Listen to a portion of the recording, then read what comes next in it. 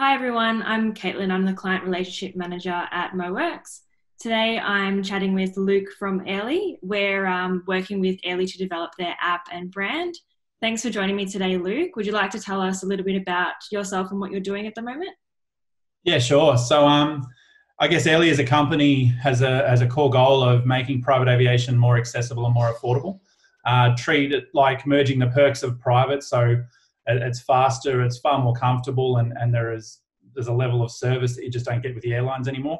Merge that with the predictability and simplicity of the airlines. So we've got over 6,300 users now, I think, and yeah, there was a lot of promise towards the end of last year, and we're just getting everything in line ready for when people start flying again. Travel's been dealt a really hard blow, and I wouldn't say it's definitely exacerbated by COVID, but even prior to that, due to the bushfires going on, we saw a lot of inbound international tourism in a decline.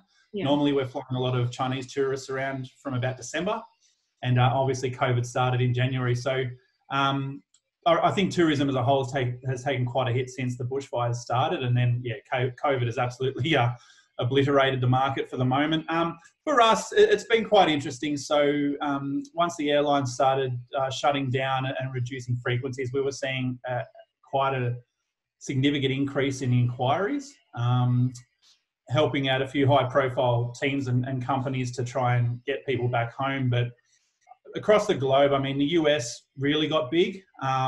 Everyone started flying private to avoid the airlines during once COVID started. But even over there, there's probably a reduction of 70% across the board in the industry. So for us, our core model and what we strive for is the shared private experience. And it's actually been it's not a blessing in disguise, but it's been quite good for us because we're so used to being distracted by day-to-day organising flights, sponsorship deals, partnerships, etc. Whereas now it's basically been you guys and us are the only sort of two parties working at the moment within Airly, which has been good for us. It means we can really review the data, what's been working the last 12 months with the new app and website that's coming through you guys.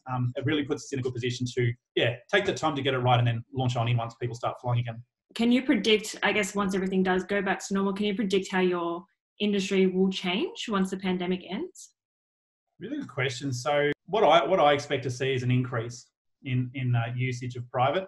Yeah. We've got a lot of people that are worth a substantial amount of money and can afford private, but have always elected not to because either they didn't see the need to pay more or they weren't educated enough. So I actually think the market will boom a little bit in the short term from a domestic capacity. It just depends how the states react to reducing these lockdowns.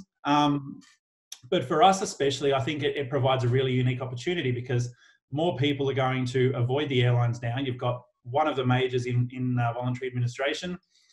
The other one's heavily reduced capacity. They're big machines. They're big moving machines that take a long time to reboot. And with Virgin, it is an unknown. So for us, it's almost a new opportunity for us to get people on board under a free membership program.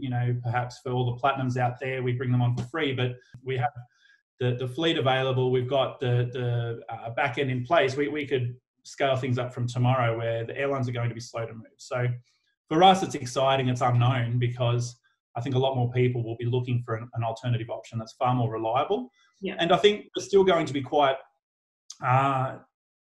careful as far as social distancing is concerned. So private's had opportunity to completely avoid the airports and public places. It's going to be really interesting, and I may be wrong. So it's just going to be really intriguing to see how the market reacts. We're getting calls every day still. That's good. For people needing to travel. They're more in the market of shared, so sub $1,000 for a flight instead of 15 to 25. So and we're not having to lift a finger. The airlines are kind of doing all this marketing for us. What are you currently doing to pivot or adapt your business to the current conditions? Look, I think we're in the fortunate position of not owning aircraft. So although it's a consideration down the track, there's not that much we've had to change. For a travel company, you're either getting people from A to B or you're not. So from a pivot perspective, we haven't required the pivot. we are changing messaging slightly. We're, like I said earlier, bringing in these marketing gurus with substantial experience behind them to help flesh out or fill the gaps that we can't fulfill as a founding team. So we haven't really had to pivot. It's more we're just on the hiatus and working busily in the background to get everything ready. Yeah. Like I said, in travel, there's not a lot you can do. You're either flying or you're not. Yeah. You did mention Virgin earlier. What are your thoughts on their current situation and the future of aviation in Australia as a whole? Yeah, look, one of my investors called up the other day and said, "What are your thoughts?" And my instant response was, "Oh, they're cooked and they're in big trouble."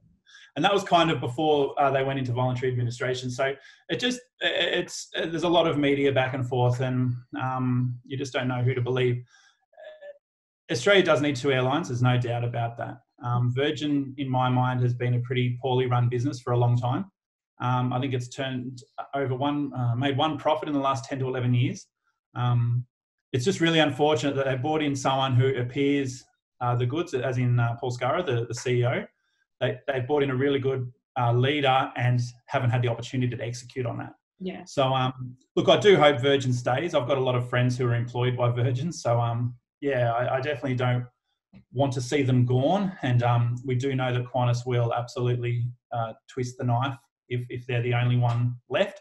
Yeah. That's good for Airlie, but it's not good for the industry. It just depends how long this goes on for. I think there's a few operators that can't take a month's hit, and there's others that have perhaps put in a bit more effort in the background to protect themselves if something, for a downturn. So I think we will have scars from this for a long time. Yeah. I do hope it encourages innovation and new ways of thinking, because the industry is so prehistoric. We hope that those smarter operators out there think about how they're doing business and perhaps adding a bit of technology to their offering, or just a different way of thinking. So we're hurting. The industry's hurting. Like I said, we kind of get away with it scot-free for now. But yeah, it'll be interesting to see what happens and how long this goes for. All right. Thank you for your time today, Luke. It was great to hear about, your opinions on everything. Yeah, sure. We're really excited, or I'm really excited to see Airlie's new brand and the new app come alive. No, all good. So thanks for the time. And you guys have been great. The app is looking absolutely phenomenal. Showed my friends yesterday and they love it. So we're just chomping at the bit to get it all ready and have that sort of rollout plan ready to go for once things become a bit clearer with the restrictions and lockdowns.